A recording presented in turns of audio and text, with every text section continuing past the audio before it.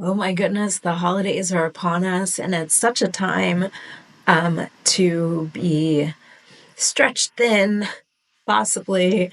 There's a lot of interactions that we don't have the rest of the year. And today I want to leverage that experience and really give us some practice at making authentic choices. My name is Carrie Richard. I'm a mindset coach, and I help high achievers make space and enjoy the ride so that they can make the impact they desire and live the life they really want. So let's dive into authentic choices.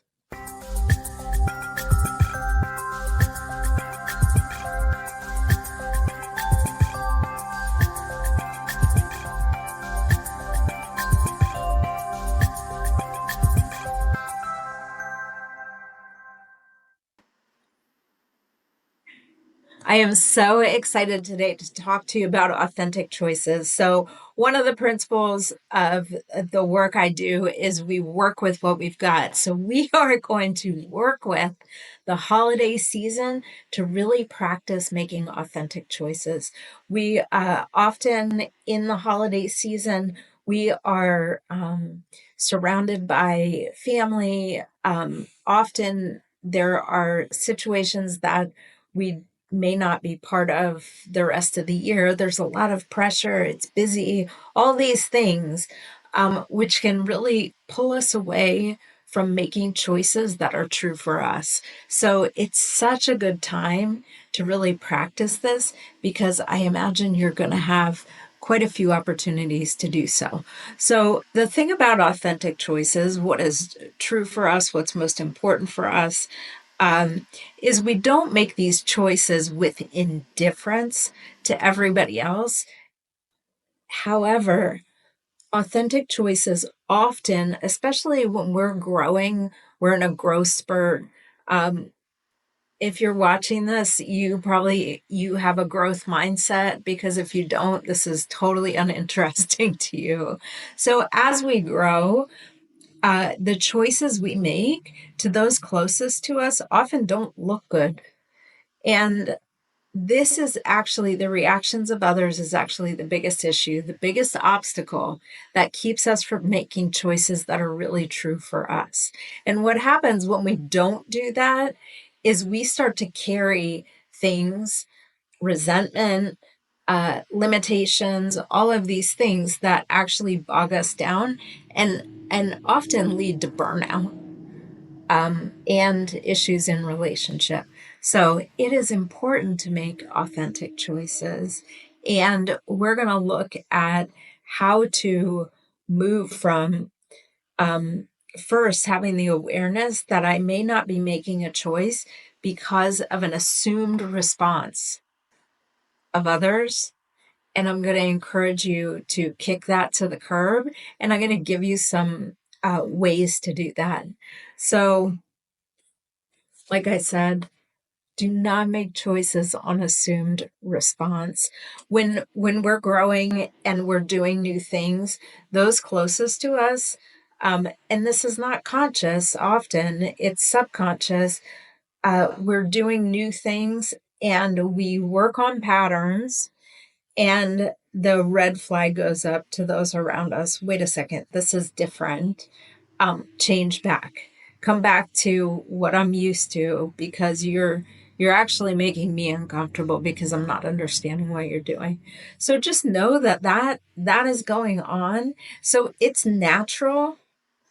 It's actually natural for others not to understand the choices that you're making. And the most important thing is for you to understand the choice you're making and to consciously choose. So, uh, when let's use an example of the holidays. Say that every year you go to this part of your family and celebrate the holiday, and for whatever reason, the best choice for you is to not do that. So you call up and say, I'm not going to be there. I'm not going to be there this year. And the reactions most likely are not going to be positive. And uh, knowing that is the first thing, knowing that is normal. And then you can take a look at, is this the best decision for me? You have all the answers. So we're going to give you some questions to tease out if that choice is the best for you. So the first three questions that I ask myself when I'm, making a choice, and I'm still figuring it out is, how important is it? How important is it that I don't go celebrate over here this year? It may be very, very important. You will know the answer, okay? Who am I doing this for? Am I going to this celebration because it's expected? Am I going because I want to, right? Is it for me? Is it for others? Who am I doing this for? And at what cost, right? Is this going to affect me in a negative way? Is this too much of a heavy lift? Is this exactly what I want to do? All of these things. So you can ask yourself, how important is it? And listen to what you got to say. Who am I doing this for? And at what cost? Now, if that fear of what they're going to think or what they're going to say is still with you and driving your decision, or your fear of making a decision, maybe giving you the opportunity to ride along the fence or be indecisive, non-committal, all of these things, there is the next step, and I love these, is the 4 Cartesian questions.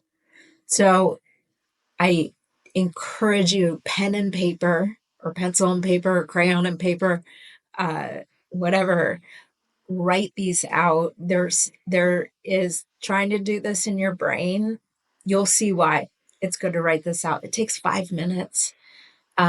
If there, this is, it's worth investing in yourself to take a look at what the authentic choice is for you. Okay. So here are the questions. What happens if I do the thing? All right. What happens if I do go celebrate with my family? Okay.